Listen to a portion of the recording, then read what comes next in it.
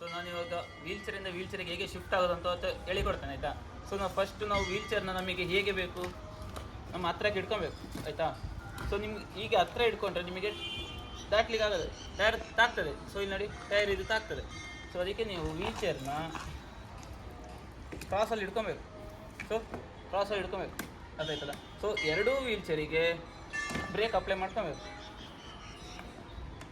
So ಆಯಿತಾ. So ನೀವು ಯಾವ ಸೈಡ್ ದಾಟ್ತೀರಾ ಆ ಸೈಡ್ದು ಆರ್ಮ್ ರೆಸ್ಟ್ ಓಪನ್ ಮಾಡ್ಕೊಬೇಕು. ನೀವು ಯಾವ ವೀಲ್ ಚೇರಿಗೆ ದಾಟ್ತೀರಾ ಆ ವೀಲ್ ಚೇರ್ದು ಆರ್ಮ್ ರೆಸ್ಟ್ ಓಪನ್ ಮಾಡ್ಕೊಬೇಕು.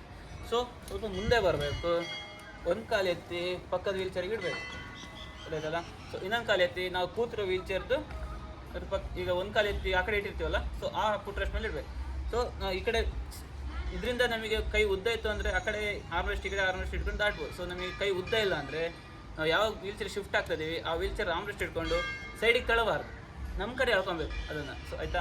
ಸೊ ನಾನು ಏನು ಹಿಡ್ಕೊಂಡಿದ್ದೀನಿ ಈಗ ತಳ್ಳಿದ್ರೆ ವೀಲ್ ಚೇರ್ ಆ ಕಡೆ ಹೋಗ್ತದೆ. ಸೊ ಅರ್ಥ ಆಯಿತಾ. ಸೊ ಆ ವೀಲ್ ಚೇರ್ನ ಹಿಡ್ಕೊಂಡು ನಮ್ಮ ಸೈಡ್ ಎಳ್ಕೊಬೇಕು. ಸೊ ಆಮೇಲೆ ನಾನು ಕುಷನ್ ಇಲ್ಲಿ ನಾವು ಏನು ಕೂತಿರ್ತೀವಿ ಆ ಕುಷನ್ ಮೇಲೆ ಕೈ ಇಟ್ಟು ದಾಟ್ತಾ ಇದ್ದೀನಿ. ಸೊ ದಾಟಿದ ಮೇಲೆ ಏನು ಸೆಟ್ ಕಾಲು ಎತ್ತಿ ಈ ಕಡೆ ಎತ್ತಿ ಹಿಡ್ಕೊಂಡು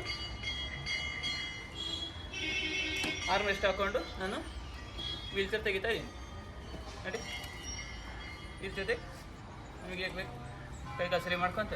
ಸೊ ಈಗ ವೀಲ್ ಚೇರಿಂದ ವೀಲ್ ಚೇರಿಗೆ ಹೇಗೆ ಶಿಫ್ಟ್ ಆಗೋದು ಅಂತೇಳಿ ಗೊತ್ತಾಯ್ತಲ್ಲ.